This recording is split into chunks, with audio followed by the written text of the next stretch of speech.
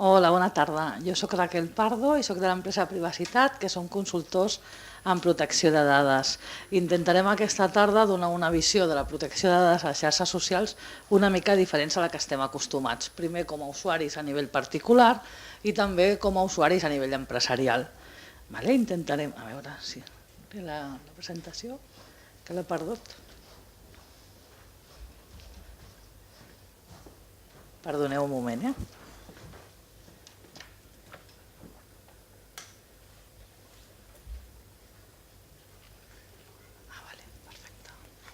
Molt bé.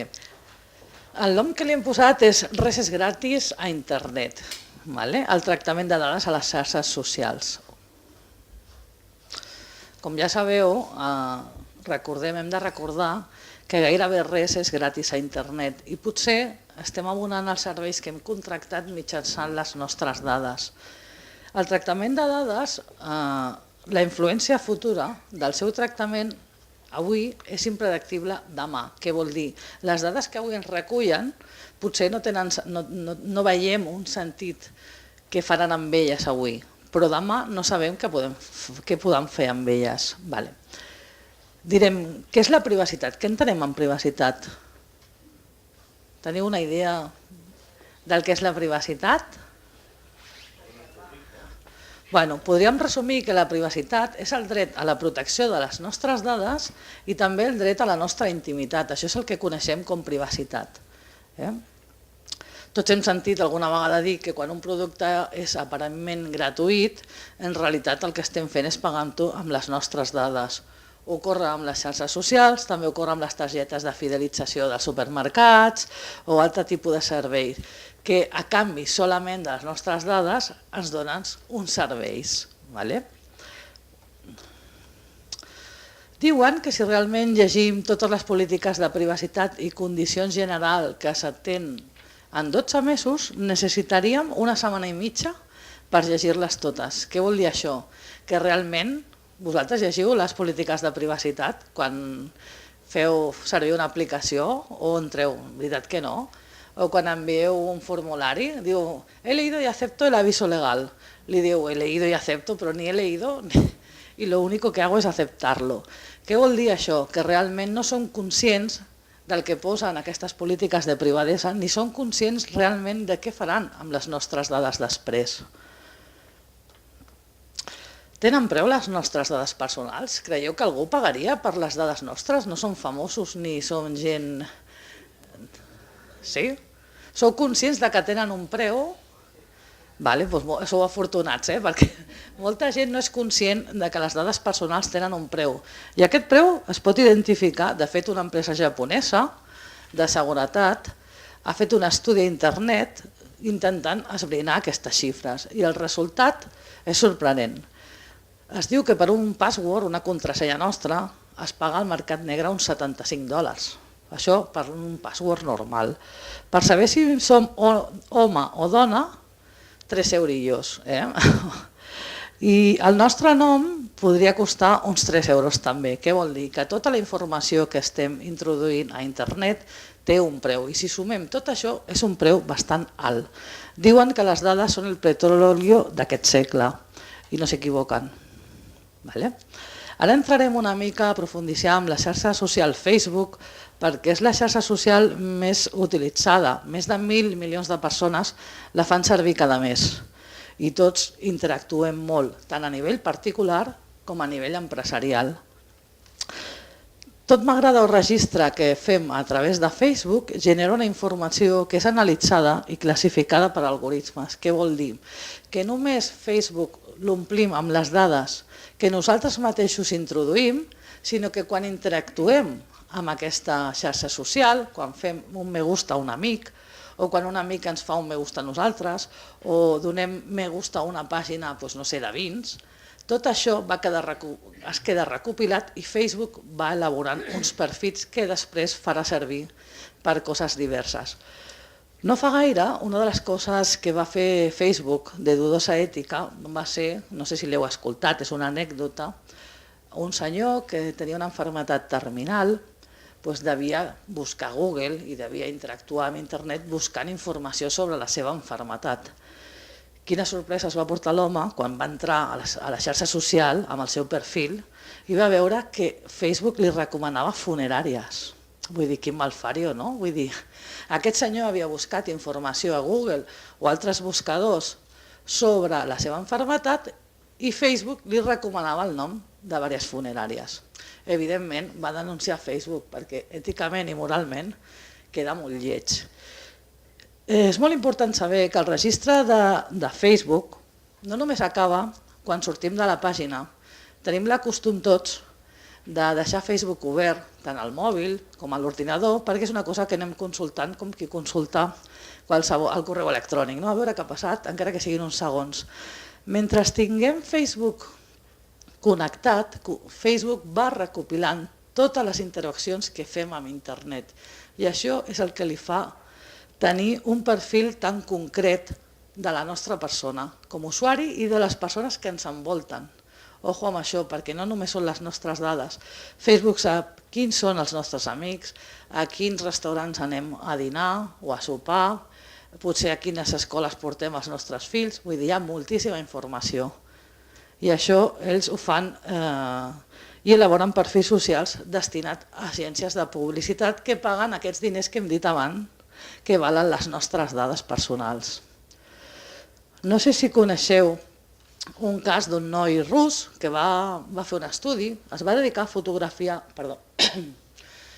gent pel metro, va agafar una càmera i va dir, anònimament vaig a fotografiar persones amb la intenció, amb un software de reconeixement facial, fer un concatenar i veure quins perfils de Facebook trobava, en aquest cas no era Facebook, era una de les pàgines xarxes socials més importants a Rússia, i va fer un concatenar.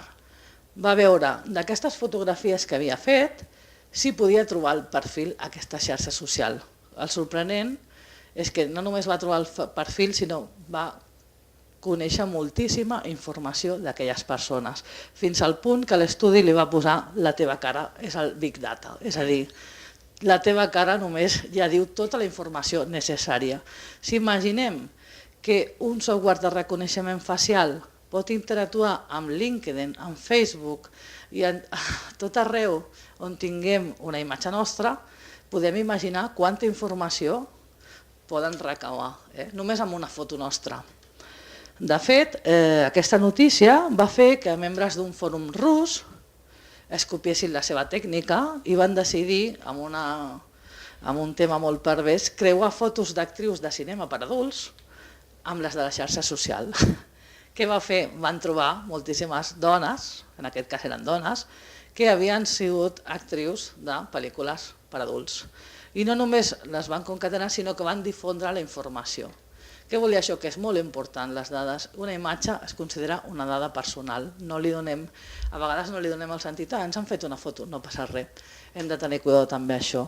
El software de reconeixement facial de Facebook té un encert del 97%. No sé si sabeu que quan Facebook va treure aquest software, el va implementar a l'aplicació, automàticament farà 3 o 4 anys, quan algú publicava una foto i et reconeixien la teva cara, automàticament t'etiquetava. Imagineu-vos, no? Li has dit al teu marit, no, escolta, tinc molta feina aquesta tarda i després surt una foto teva a la inauguració d'una cocteleria. Això vol dir que la nostra intimitat està vulnerada. Per aquest motiu, Facebook va tenir que limitar aquest software de reconeixement facial i ara per ara aquest software només es fa servir si dintre de la política de privadesa li hem dit que el podem fer servir, si no, no és automàtic que es fa, d'acord? Vale. Perdó.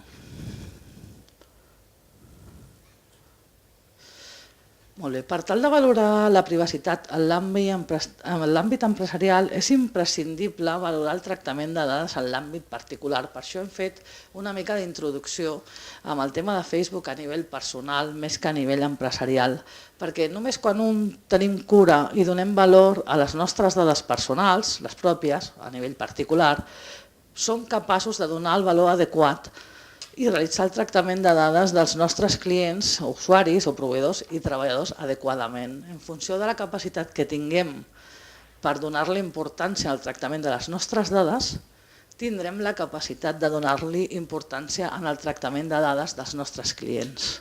D'acord? Si teniu algun dubte, podeu preguntar. Es tracta una mica d'interactuar, Molt bé. Passat això, ara començarem a aprofundir una mica amb el tema de les xarxes socials a nivell empresarial. Què vol dir? Tots coneixem com funcionen a nivell particular, però a nivell empresarial hem de destacar una cosa. Les xarxes socials no són fonts accessibles al públic. Què vol dir? Que pel sol fet que algú es faci amic nostre a les xarxes socials, no vol dir que permeti això fer un tractament de les seves dades. No sé, tots teniu Facebook d'empresa?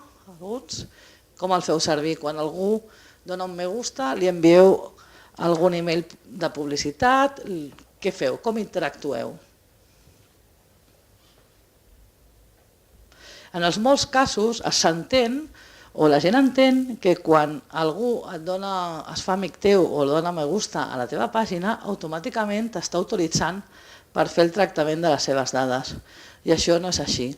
T'està autoritzant a fer el tractament de les seves dades dintre de l'entorn de la xarxa social.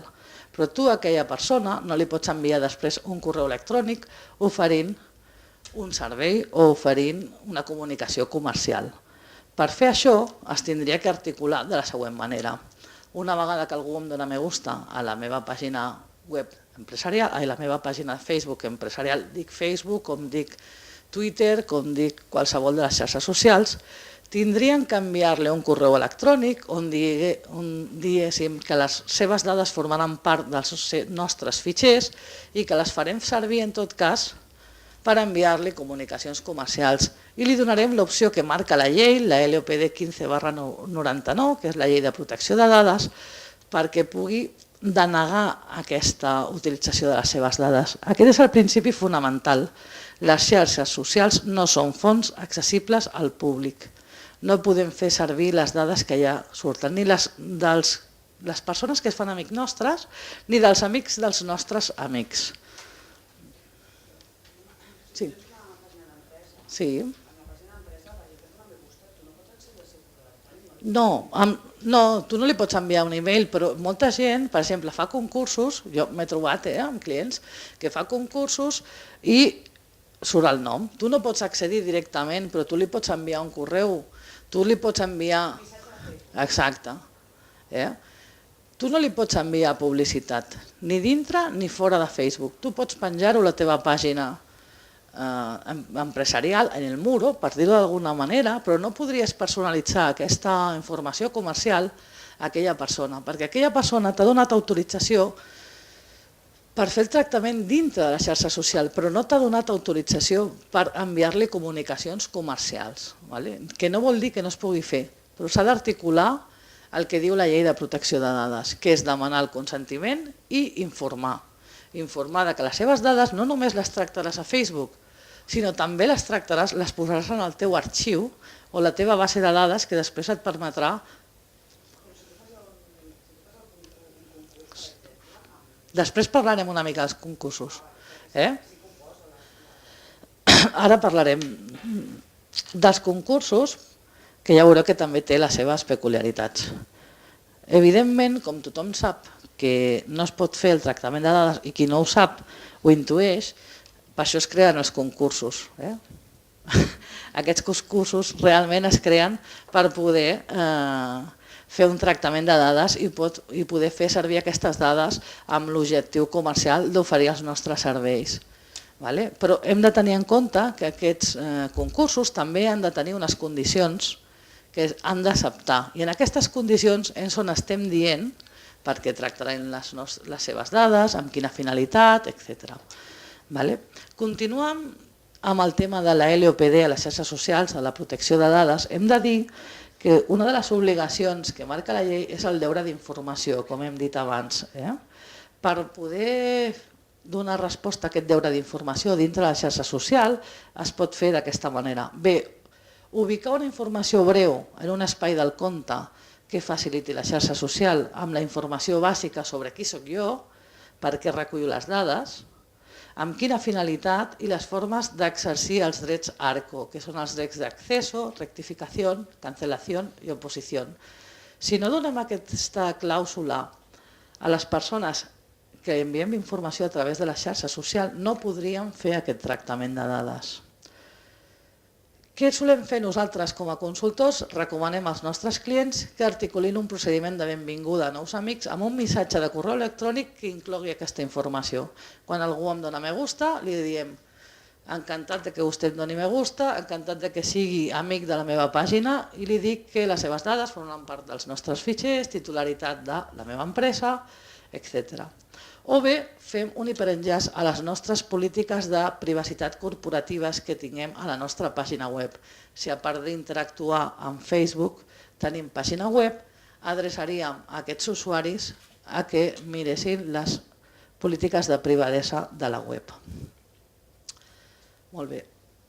Com ja he dit abans, haurem d'informar en particular, si es dona el cas, de la utilització de les dades i amb quina finalitat.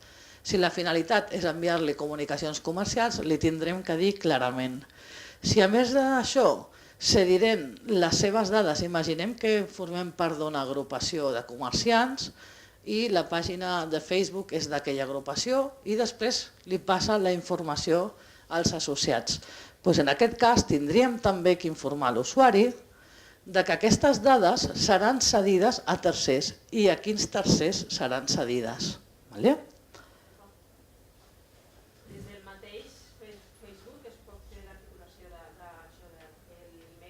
Sí, es pot fer. Si tenim una interactuació molt gran, em sembla que es pot fer automàticament. A Twitter segur, a Facebook no ho tinc tan clar perquè això canvia bastant. Però si no, cada vegada que tinguem un me gusta enviaríem aquest e-mail que articula tot el procediment d'informació i consentiment per tractament de dades. Dintre d'aquest consentiment també ha de donar l'opció de donar-se de baixa de manera fàcil. És a dir, el que no podem fer és, li hem donat d'alta molt fàcilment i després per donar-lo de baixa i no enviar-li informació comercial, li fem fer el pino puente. No. Hem d'articular una forma senzilla i gratuïta de que es pugui donar de baixa. D'acord? Passaríem també al tema de la propietat. Teniu algun dubte sobre el tema del consentiment i de l'email? Sí, els drets és acceso. Què vol dir l'acceso? Escolti'm, vostè quines dades té meves? Això seria el dret d'acceso. Rectificació seria, escolta'm, el meu nom, jo no em dic Raquel, em dic Raquelita. Oposició és, escolta'm, tu ara m'estàs enviant una informació comercial, però jo m'oposo perquè no tinc cap relació comercial amb tu i no vull que m'envies informació. M'oposo a aquest tractament. Acceso, rectificació, cancel·lació i oposició. I cancel·lació és, deixa d'enviar-me aquesta informació. Quina diferència hi ha entre el deure d'oposició i el de cancel·lació?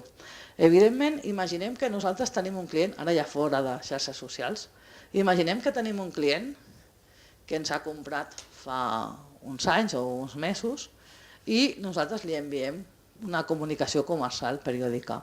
I aquest senyor ens diu, primer fa el deure d'accés. Escolti'm vostè quina documentació té meva.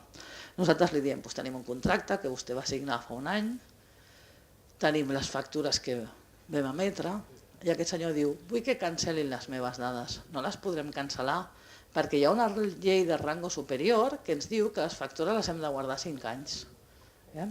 Llavors, per això a vegades el dret d'oposició no es pot exercir, perquè hi ha una llei que ens obliga a mantenir aquesta informació.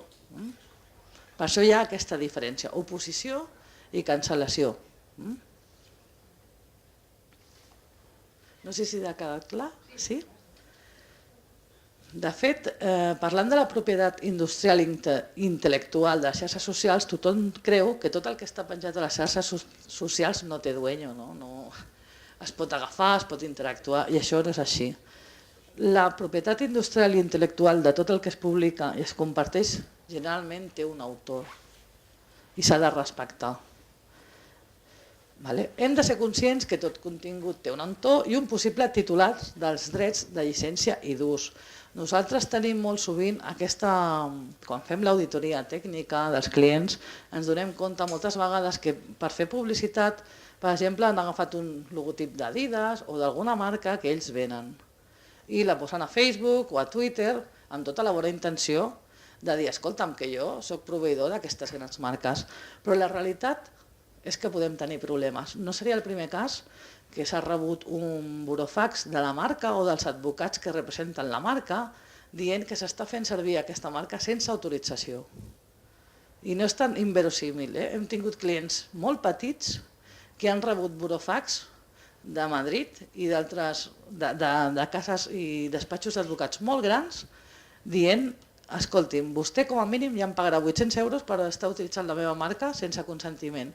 I a més, digui'm vostè des de quan ho està fent per poder quantificar quins són els danys que m'ha produït. Vull dir, sembla que no, però hi ha buscadors, hi ha gent, rastrejadors, que jo els dic, que estan buscant de les grans marques que no es lesioni el seu dret a la propietat intel·lectual industrial. Moltíssim, sí. El logo potser és obvi, encara hi tot el món molta gent ho fa, però i una cosa menys òbvia com una foto d'un treball que hagi fet algú, no cal que sigui un logotip, una imatge que ha fet algú. Si us fixeu, a les pàgines web hauria haver un avís legal. No sé si us fixeu, nosaltres ens trobem molt sovint.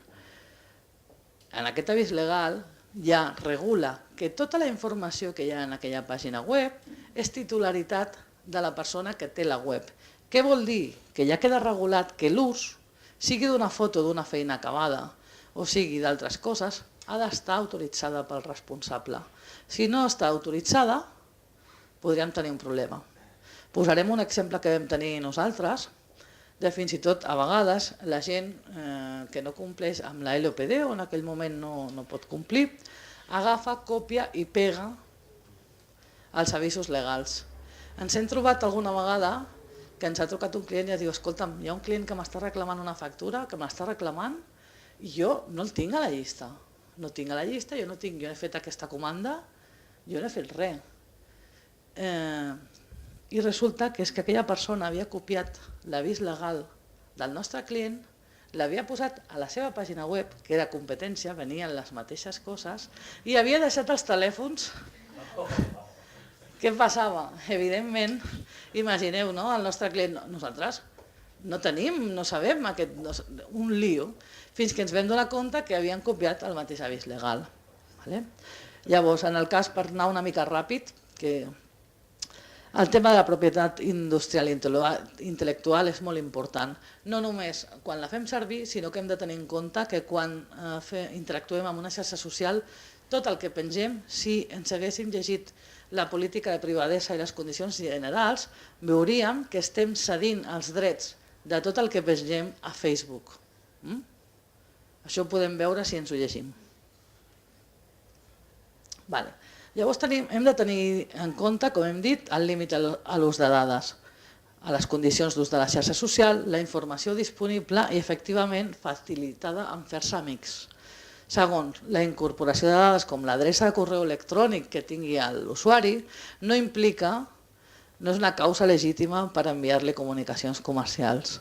I després, l'ús d'aplicacions de tercers, per exemple, aquestes aplicacions que fan concursos, etc., dintre de les xarxes socials, obliga també al compliment de la legislació. D'acord? No perquè fem servir aquesta plataforma vol dir que estem lliures de complir amb la llei. El tema que ja hem comentat una mica per sobre de les comunicacions comercials és un tema molt important perquè les comunicacions comercials són una de les sancions més habituals a l'Agència Espanyola de Protecció de Dades. Cada dia hi ha sancions de com a mínim 1.200 euros per enviar comunicacions comercials sense consentiment del titular. Què vol dir? Nosaltres podem enviar un e-mail a qualsevol persona oferint-li els nostres serveis? No podem. Una de les preguntes més habituals és, jo he comprat una base de dades i aquesta base de dades em diu que cumple con la LOPD. que cumple con la ley de protección de datos. Potser cumple con la ley de protección de datos, però amb el que no compleix segur és con la ley de servicios de la información y el comercio electrónico. I l'article 21/1 d'aquesta llei diu que no se podrán remitir información comercial por vía electrónica sin el previo consentimiento del titular del dato. No sé si això en els mailings que es fan, de publicitat i tot això ho soleu fer, però hem de tenir molt cuidado amb això. D'acord? Teniu alguna pregunta a això que estan... Si després de tota la realitat podríem tindre el PowerPoint Sí, i tant que sí. No sé, crec que després es penja, però de totes maneres, si no, al final surt el correu electrònic nostre, ens envia un correu electrònic que us enviem, però de totes maneres també es penja. Ens autoritzes a enviar-te un correu electrònic? Sí, sí, sí. Dono fe. És més, ha quedat gravat. Val. Això que has dit és a nivell particular? No, tot el que estem dient, a nivell particular podríem dir que ha sigut la primera fase de la presentació. Tota la segona és a nivell empresarial. No, no m'has entès. O sigui, crec que a la gent que li envies aquesta propaganda o aquests serveis és a nivell particular o... I a empreses també. Per exemple, perquè diu la llei que no es considerarà dada de caràcter personal el nom de l'empresa, pròpiament dit, la meva empresa es diu Assessores i Consultores Privacitat, no es considera una dada personal, i el meu nom, com soc administradora, tampoc. Però si jo tinc empleats que tenen un nom i una adreça de correu que posa privacitat.es, això és una dada personal, perquè pot identificar la persona. Et referies a això, no? I serveis d'ajuntaments, serveis públics i tot això també se considera? Es considera, però t'haig de dir que segurament quan t'envien una publicitat, en algun moment d'aquelles polítiques de privadesa que has acceptat i no has llegit, has autoritzat l'enviament d'aquesta publicitat, quasi amb total seguretat. D'estaments públics em refereixo. Generalment, quan tu t'inscrius a un curset ja estàs autoritzant que t'enviïn quins seran els següents cursets. No, ho dic al contrari. Jo com a empresa enviar aquest... Igualment. És el mateix, funciona És el mateix. com a empresa privada. Igual. La llei és exactament igual. La diferència és que la que sanciona en el cas dels estaments públics és l'agència catalana. I a nivell particular, o d'empreses particulars, és l'Agència Espanyola de Protecció de Datos. D'acord? Entrarem al tema de la selecció de personal a través de xarxes socials. Tots tenim i pensem que quan estem a LinkedIn i volem interactuar amb els candidats, podem enviar o dir, escolta'm tu, m'interesses per la meva empresa.